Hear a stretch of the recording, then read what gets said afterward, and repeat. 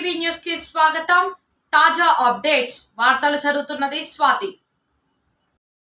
సత్యసాయి జిల్లా మడకశిర నియోజకవర్గ ఎన్నికల ప్రచారంలో భాగంగా రోళ్ల మండల కేంద్రంలో జరిగిన రోడ్ షోలో పాల్గొన్న hero Nara Rohit, comedy actor Raghu, Madakasira నియోజకవర్గం Telugu Desam party in charge Shri Gundumala Thippeswamy, Madakasira TDP, Janasena, BJP ఉమ్మడి అభ్యర్థి ఎంఎస్ రాజు. ఈ కార్యక్రమంలో రాష్ట్ర కార్యదర్శి డాక్టర్ శ్రీనివాసమూర్తి, మండల కన్వీనర్ దాసిరెడ్డి, రాష్ట్ర వక్యాలిగా కన్వీనర్ పాండురంగప్ప, ప్రధాన కార్యదర్శి డికే ఈరన్న, క్లస్టర్ ఇన్ఛార్జ్ భరత్, రోళ్ల మండల తెలుగుదేశం పార్టీ, బీజేపీ, జనసేన నాయకులు, కార్యకర్తలు పాల్గొన్నారు. రిపోర్టర్ రాజు.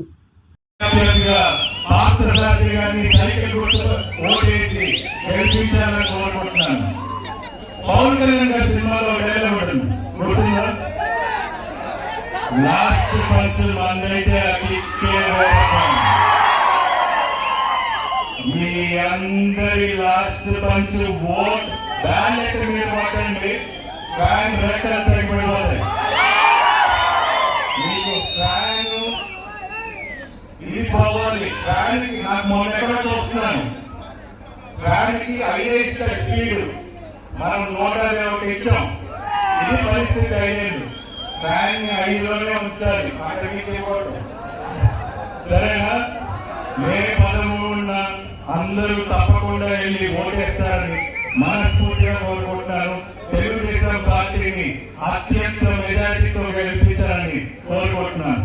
జై తెలుగుదేశం, జై చంద్రబాబు, జై జనసేన, జై భారతీయ జనతా పార్టీ, జోహార్ ఎన్టీఆర్, జై హింద్.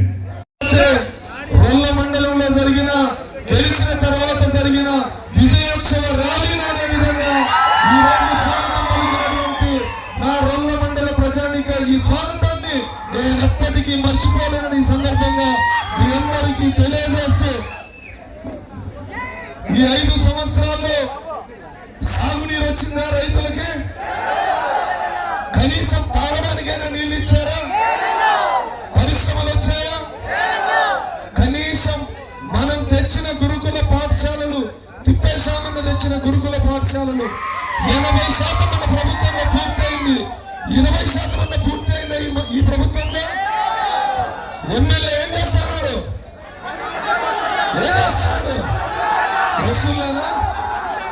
పెళ్లిళ్ళకి రావాలన్నా కూడా డబ్బులు లేదంటే ఇంత దరిద్రమైన ఎమ్మెల్యే ఎక్కడ ఉండరని సందర్భంగా మీ అందరికీ తెలియజేస్తూ, సమక్షంలో రేపు గ్రామాల్లో జరిగేటువంటి అభివృద్ధి కానీ, సంక్షేమం కానీ, అంగన్వాడీ లాంటి చిన్న చిన్న పోస్టులు కానీ రాజకీయ అవినీతి లేకుండా చేస్తారని సందర్భంగా చంద్రబాబు నాయుడు గారు ముఖ్యమంత్రి ఉన్నప్పుడు కృష్ణా జలాలు, హంద్రీ నీవా జలాలు వచ్చాయి. అక్కడక్కడ చెరువులు నిండారు. ఇప్పుడు చెరువులకి నీరు వచ్చిందా? ఒక్క రైతులు ఒక్క పంట పండించడానికి నీళ్లు ఉన్నాయా? బోర్లు ఎండిపోయాయి, బావులు ఎండిపోయాయి, చెరువుల్లో నీళ్లు రావాలంటే చంద్రబాబు నాయుడు గారు ముఖ్యమంత్రి అయితేనే హంద్రీ నీవా జలాలని మడకశిర చెరువులకి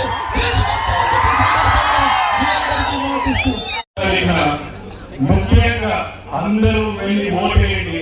అది మీ చేతుల్లోనే ఉంది. మీ భవిష్యత్తు. మీరు ఎన్నుకునే నాయకుడే మీకు తోడుంటాడు, మిమ్మల్ని కాపాడాడు, మీ ఆస్తుల్ని కాపాడాడు. ఇప్పుడు ఈ ముఖ్యమంత్రి ల్యాండ్ టైటిలింగ్ యాక్ట్ యాక్ట్ తీసుకొచ్చాడు. మన తాతలు, మన నాన్నలు ఇచ్చిన ఆస్తుల మీద ఆగిపోవడం ఆగట్లేక మీరు ఒప్పుకుంటారా? మనం మీ ఇంట్లో ఆడపిల్ల పెళ్లి చేయాలన్నా, ఒక అబ్బాయి వేరే దేశం చదువుకోవాలంటే గవర్నమెంట్ వాటి పర్మిషన్ చేయండి, మన స్థాయికి పెట్టుకోవడానికి మీరందరూ ఆలోచించాలి.